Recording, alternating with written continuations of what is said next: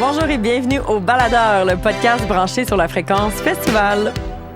La série est présentée par le Refrain en collaboration avec le Mixbus Studio. Je m'appelle Isabelle Langlois. Et moi, Jacob Pomerleau. Et on est vraiment deux festivaliers aguerris qui faisons le tour du Québec à bord de notre autobus converti depuis maintenant 5 ans.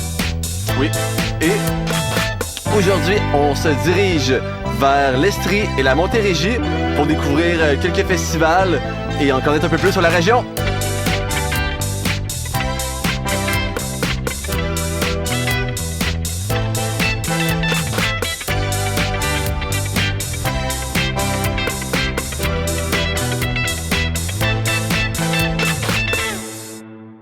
Ça va, Isa?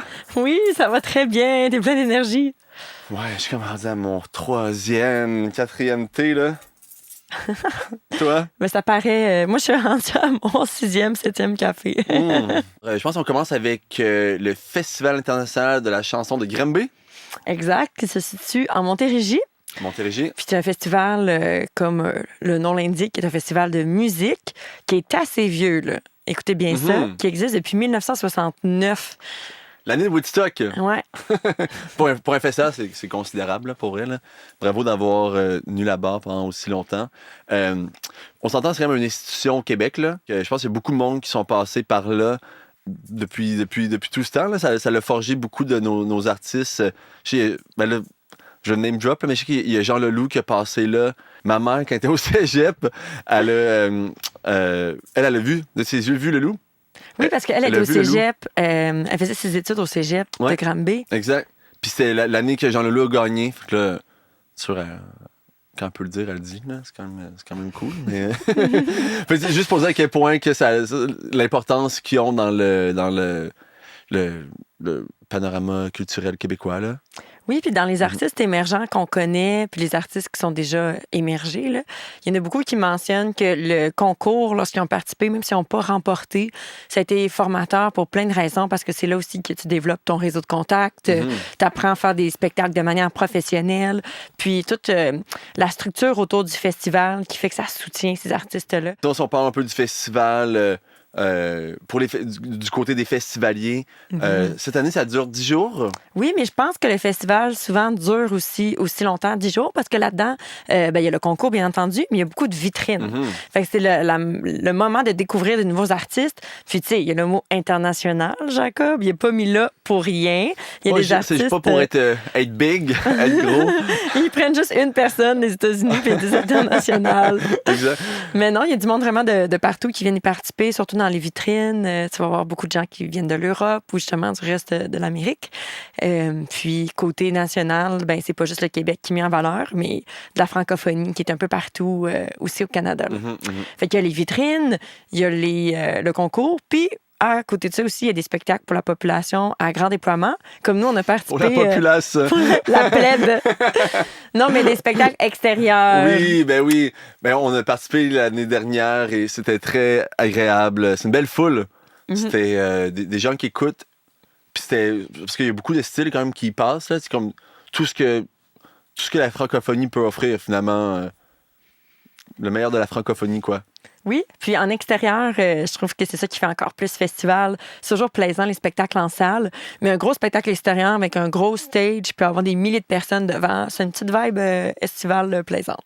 Good. C'est très intéressant d'avoir parlé de la Montérégie. Il y a nos amis de l'Estrie qui regorgent de festivals, dont le festival Colline. Et Hubert Lavallée, qui est un des directeurs du festival, va nous en parler avec nous dans quelques instants. Allô Hubert, ça va bien? Salut, ça va vous? Oui. De prime abord, tu as un très beau décor derrière toi. J'imagine que tu nous parles directement de Lac-Mégantic. Exactement. Directement de la loge des artistes qui prend place au 3e étage d'une ancienne grange, directement sur le site où on fait la scène principale de Colline. Wow! Pour nous mettre l'eau à la bouche, puis déjà avec le décor, ça nous donne une petite idée. Pourrais-tu nous décrire c'est quoi la vibe de Colline? Colline, c'est un festival qui va être à sa 3e année, donc encore un tout nouveau festival au Québec, mais qui a lieu principalement durant les Perséides. Donc, la plus grosse pluie d'étoiles filantes en Amérique du Nord. Et Mégantic est la première réserve de ciel étoilé en Amérique du Nord aussi, justement. Donc, c'est venir triper avec des shows de musique en pleine nature sous un ciel étoilé, dans un mode de vie au ralenti aussi, parce que Mégantic est, encore une fois, première ville en Amérique du Nord. Il y a beaucoup de premières qui détiennent une accréditation Citaslo, en fait, qui prouve que la ville, selon 72 critères, est une ville considérée comme de bien vivre et qui vit un mode de vie au ralenti.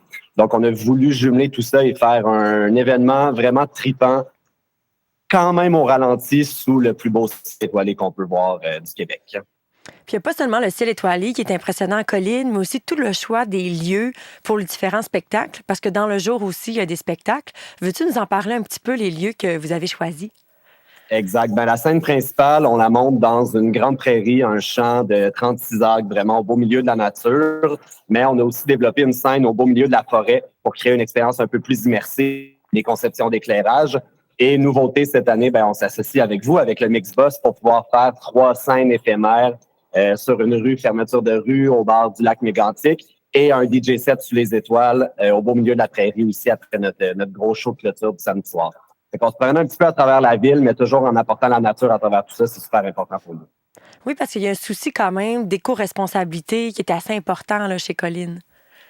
Exact. C'est un work in progress, comme on dit. C'est pas quelque chose qui se fait dès la première année, mais on essaie d'être le plus écologique possible, autant dans les ressources, dans les matières, les matériaux, la main-d'œuvre aussi. Puis on essaie d'être le plus uniforme à travers tout ça. C'est quelque chose qui va se faire au travers des années. Le moins de déchets possible, être carboneutre éventuellement.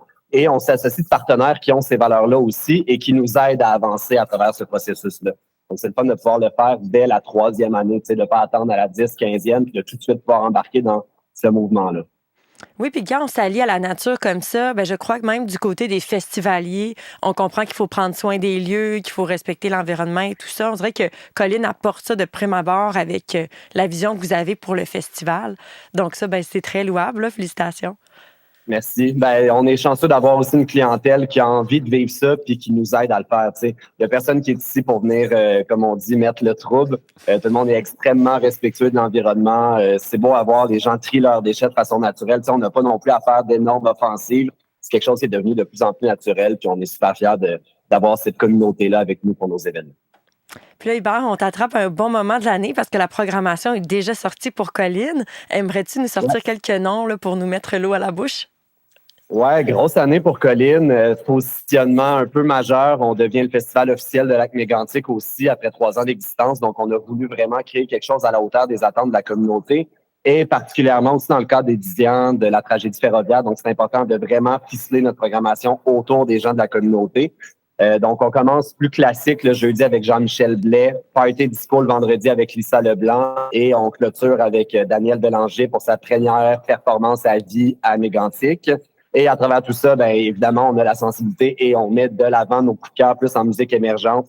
Thaïs, Ensa Maybe, moins émergent, mais Alpha Rococo pour venir mettre le party, faire danser toute la famille. Des partenariats avec les Francs ouverts, du yoga classique. Donc, une belle brochette de grands noms et de talents émergents aussi.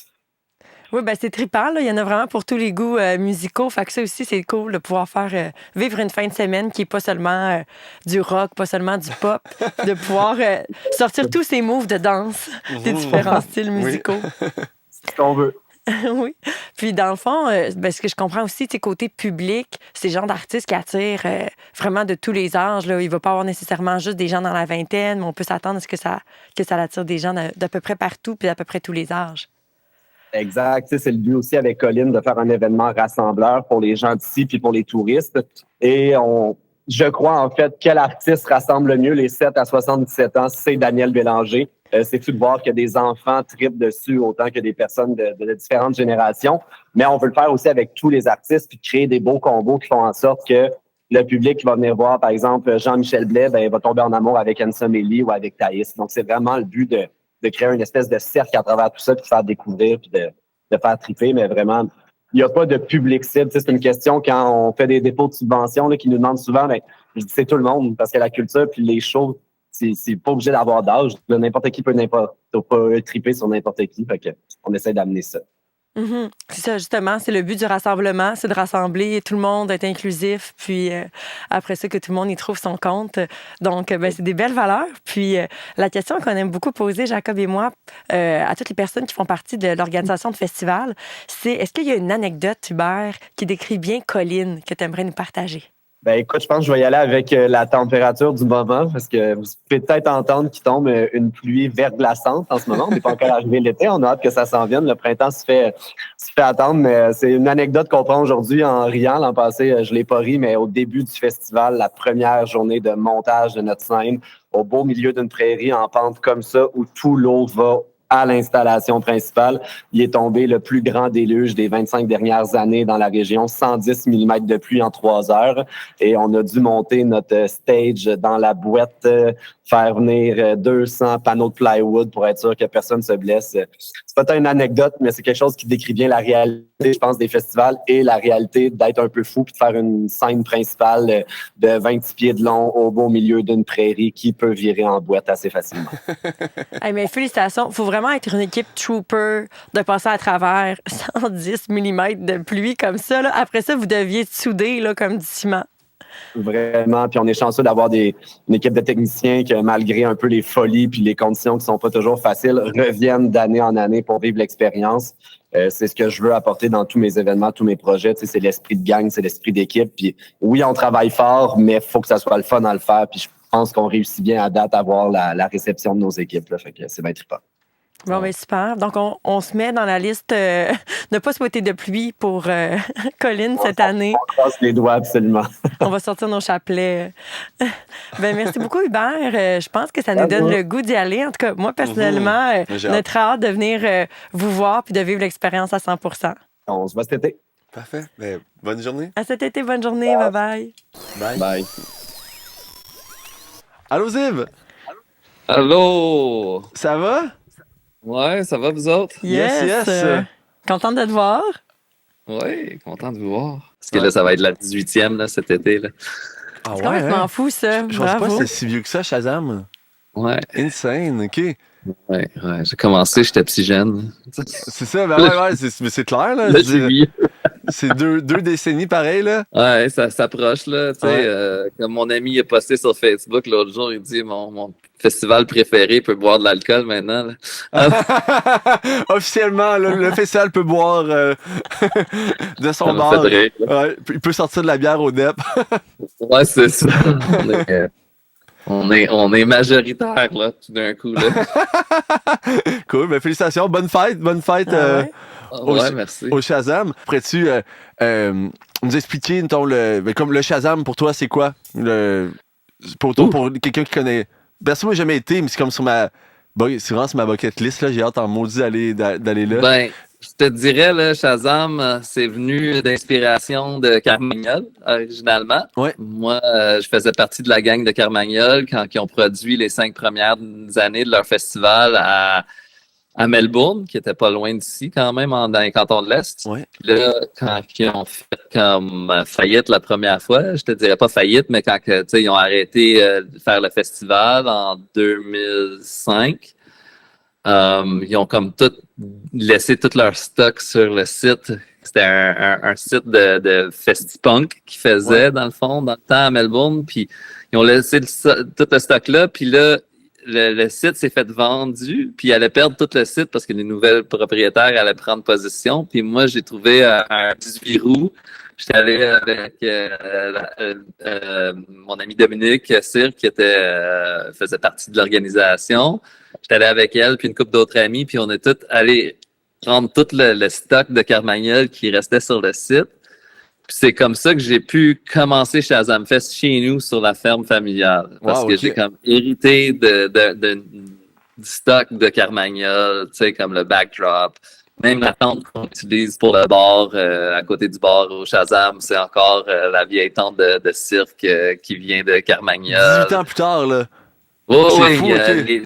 dans la cuisine, une des cuisines, les comptoirs, c'était des comptoirs qui venaient de Carmagnole. Il y a quand même, tu sais, de moins en moins, là, après 18 ans là, de faire de festival, 17 ans de faire de festival. Là, il y en a de moins en moins, mais c'est quand même, ça fait partie du début. Puis Moi, tu sais, l'histoire pour vrai, c'est que moi, je voulais faire partie du cirque. Quand j'avais 17 ans, Ouais.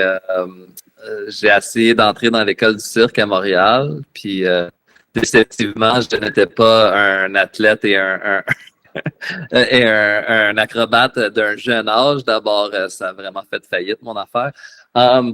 Puis je me suis dit plus tard, ben fuck it, là, si je peux pas joindre le cirque, je vais le faire chez nous. C'était un peu ça le noyau du Shazam. C'est comme ça que ça a commencé. Puis tu sais, ça a débuté, c'était un party de chumé, party d'amis. La première année, on était 450 personnes. C'était quand même cool. C'est bon. J'ai perdu plein d'argent. J'ai Mais pleuré. t'as pas perdu d'amis. Tu t'en es fait. Non, Hein? j'ai pas perdu d'argent, j'ai perdu beaucoup d'argent, mais Ouais. c'est vraiment ça comment que ça a commencé. Puis là, il y a vraiment plu. On a eu le déluge la première année. C'était vraiment, tu sais, un désastre avec sourire, là. Mais comme je suis têtu et j'ai pas arrêté. Puis je pense que, tu sais, ça m'a pris, honnêtement, 10 ans avant qu'on devienne rentable.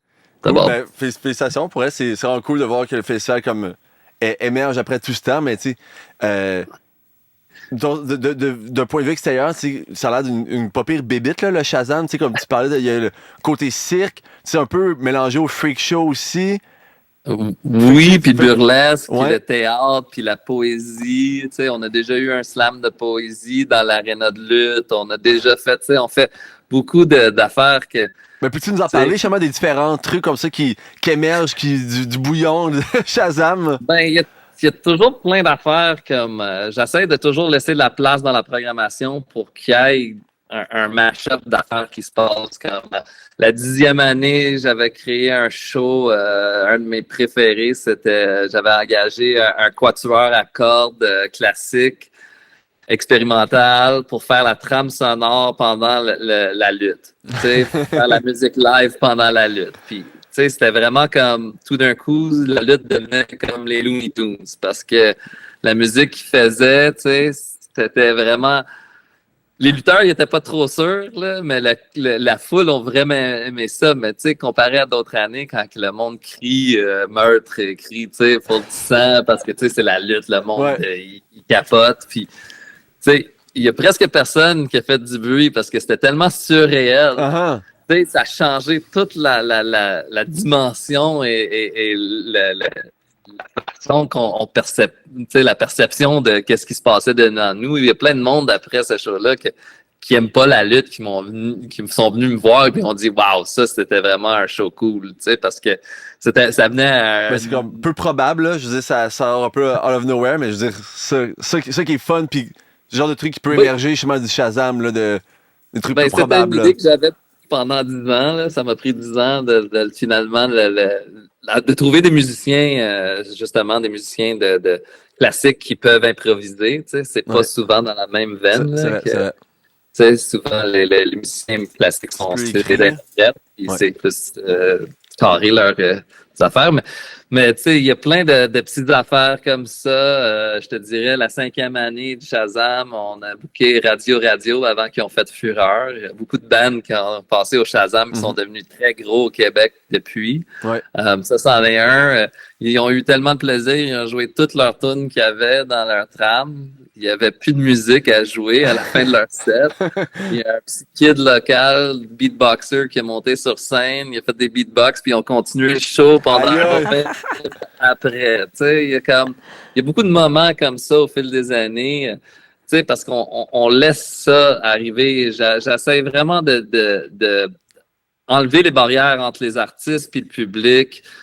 Souvent, je demande à mes artistes de rester le plus longtemps possible pendant la fin de semaine, de participer, de faire partie de la crowd. Il n'y a pas vraiment des divisions. J'essaie d'enlever tout ça parce que je pense, tu sais, je suis artiste en premier avant tout que tout le reste. Puis, je pense que c'est super important cette connexion qu'on a avec notre foule, avec les spectateurs et le public, avec les artistes, parce que ça, c'est là la magie qui se crée. Là. C'est quand il y a une façon tu sais, que le monde, ils sont ensemble, que c'est là la magie est créée. Puis je pense, tu sais, avec Shazam Fest, puis aussi, tu sais, la valeur de choc, là, tu sais, je pense que ça aussi, c'est très important parce que tu fais penser le monde, là, quand que, je sais pas, tu sais, comme le freak show, moi, j'adore ça, là, depuis que je suis tout petit, là, que je voulais voir ça, là. La première fois que j'ai vu un avaleur d'épée, là, j'étais comme, wow, tu sais, c'est comme,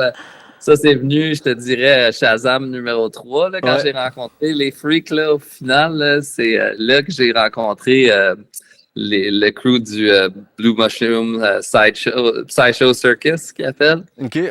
C'était vraiment mon premier contact dans ce monde réel-là. Puis depuis ce Surréel, temps-là, ouais.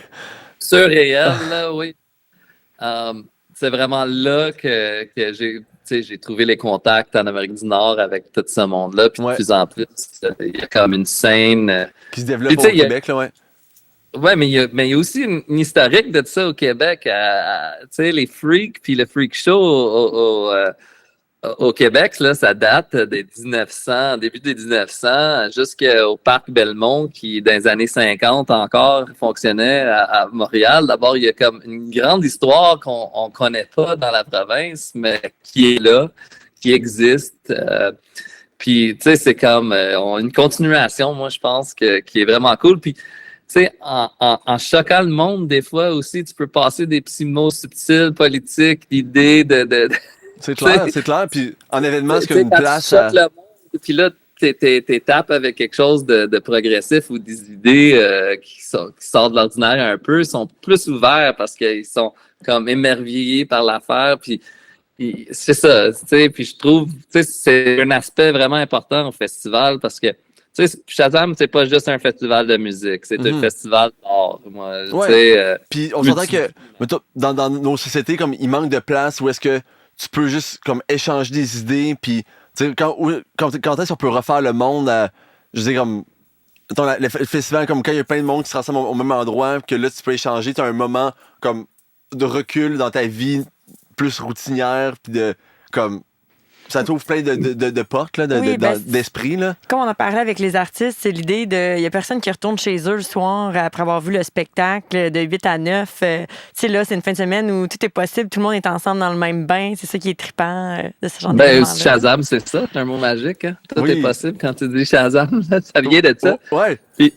Puis tu sais, le nom du festival, dans le fond, c'est mes parents en 1972, quand ils sont retournés à la Terre. Tu sais, c'est des 2 hippies de la ville qui sont retour à la Terre. Ils ont appelé ça la ferme Shazam en 72, quand ils sont... D'abord, moi, c'était un dédicace à mes parents, appeler ça Shazam Fest. Ouais. Tu sais, ça venait un peu de ça. Puis c'est aussi, tu sais, originalement, ça vient du super-héros, d'un petit jeune qui dit Shazam, puis il devient... C'est super-héros américain avec un gros menton, là, tu sais. C'est cool. Mais ça veut dire, tu sais, c'est tout est possible. Tu sais, j'ai même lu l'autobiographie de Keith Richards, puis il disait quand il était jeune, c'était le mot magique qu'il utilisait, Shazam, pour, tu sais, que tout était possible, que tu disais Shazam, puis les affaires arrivaient. Là. Un peu comme dans le style de Abracadabra, tu sais. Oui, c'est ça, Shazam. Exactement. Puis, pour les gens qui connaissent pas le Shazam, justement, comment tu pourrais décrire le vibe pour un festivalier qui arrive là, puis qui, comme, qu'est-ce qu'il découvre sur les terres du Shazam? Ben, tu sais, moi, j'appelle ça un carnaval pour tous les sens. T'arrives sur le site, on est vraiment joyeux, on est dans un amphithéâtre naturel qui longe la rivière Niger, dans le camping, du coin du camping, puis on a un petit amphithéâtre qu'on a construit avec des grosses roches. Ça fait vraiment comme celtique ou vieux amphithéâtre gréco-romain, mais plus celtique parce que c'est plus rough. Ouais. Depuis une couple d'années, c'est notre scène électro. On a des DJ puis des shows plus électro qui jouent là. Après ça, tu continues sur le chemin, t'arrives en haut, on a une structure qu'on appelle le temple, C'est vraiment été maintenant utilisé plus par les ados, puis on a beaucoup de programmation famille, ados. Un peu plus loin, on a notre bateau de pirate et le Kid Zone, qui est vraiment dédié aux enfants. On a toute une affaire programmation dédiée aux enfants au Shazam. L'année passée, ça faisait le tiers de la population. On avait plus que 500 personnes en dessous de 18 ans au festival. Wow. C'est impressionnant, c'est hot. Ouais. C'est vraiment tout un trip. Tu sais, ça aussi, ça change tout le vibe. C'est vraiment le fait qu'on est devenu de plus en plus familial à chaque année. Là. C'est vraiment quelque chose d'excellent. Puis c'est la meilleure façon de faire perdurer ton festival. C'est des brainwashés bien jeunes. Et puis je dis comme un safe space que les enfants peuvent courir un peu partout. Puis tu sais que tes enfants sont en sécurité. Je dis, c'est cool pour tout le monde. Là. Les parents, ils viennent là parce qu'ils ont un break. Puis aussi, on offre un service avec le Kid Zone, puis tout l'espace familial. On nourrit ton enfant pour toute la fin de semaine pour 35$. Wow. Puis on nourrit ton enfant 3 fois par jour, plus des collations. Ça, c'est notre amie Jessica Bourque, qui Ginger Way, qui run tout ça. Nice. Puis Ginger a fait vraiment un job exceptionnel. Elle est là depuis le début de Shazam, run tout ça, puis c'est vraiment devenu quelque chose d'exceptionnel. Tu sais, il y a tout ce volet-là. Puis là, quand tu descends de la côte, il y a toutes les marchands, on a 3 cuisines sur le site, on a la grande scène, on a une coupe de bars sur le site.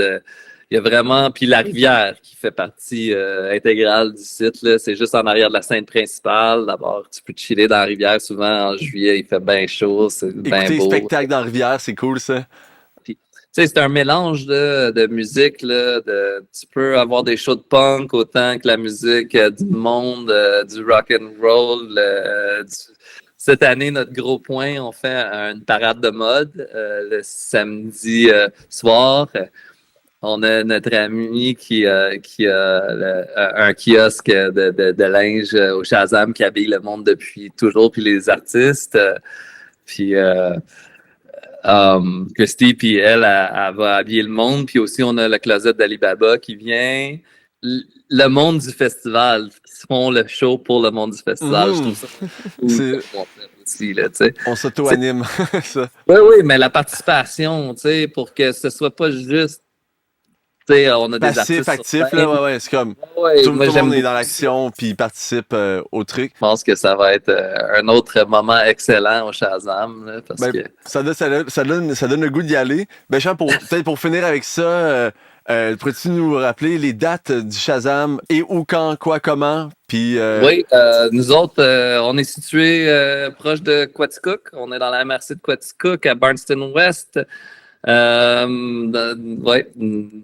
notre ferme familiale, la ferme Shazam. Puis ça se déroule du 13 au 16 juillet. Il y a des billets en ligne. Vous pouvez toujours trouver toutes les informations sur shazamfest.com. C'est facile de nous trouver.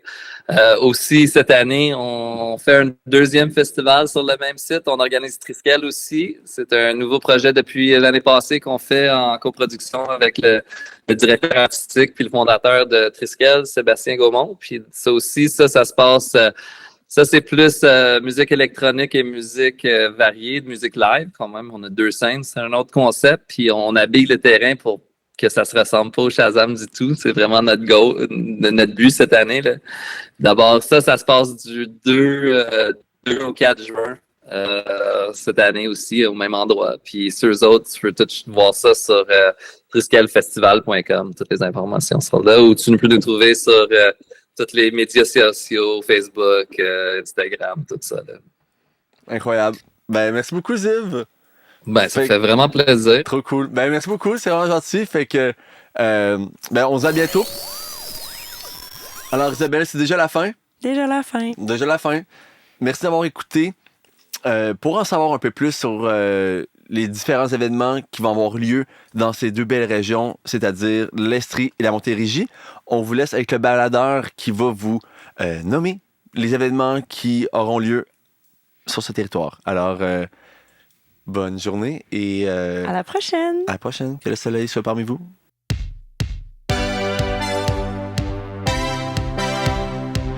Festival à découvrir en Estrie. Festival des traditions du monde de Sherbrooke, la grande nuit de la poésie de Saint-Venant-de-Paquette, Masque alors. Le Festival international du masque du Québec. Il y a donc ben des festivals à vivre en Estrie. Festival à découvrir en Montérégie, Chant de Vielle. Hudson Music Festival. Lumifest. Art numérique et bouffe de rue. Il y a de quoi se faire ben du fun.